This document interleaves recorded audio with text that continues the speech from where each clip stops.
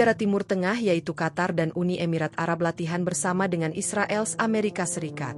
Kedua negara Arab itu akan berpartisipasi dalam latihan udara multinasional INIOCOS 2025, yang mana latihan itu sedang berlangsung di Pangkalan Udara Andravida, Yunani.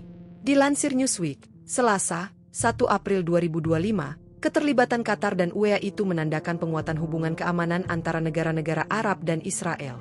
Hal itu seolah menjadi upaya penyelarasan ulang yang signifikan dalam kerjasama militer regional. Padahal diketahui, tingginya intensitas konflik di Timur Tengah, termasuk konflik Gaza tengah berlangsung.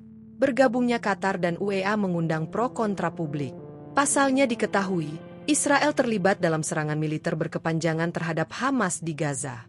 Israel pun didukung penuh Amerika Serikat sejak Perang Gaza pecah pada Oktober 2023 lalu.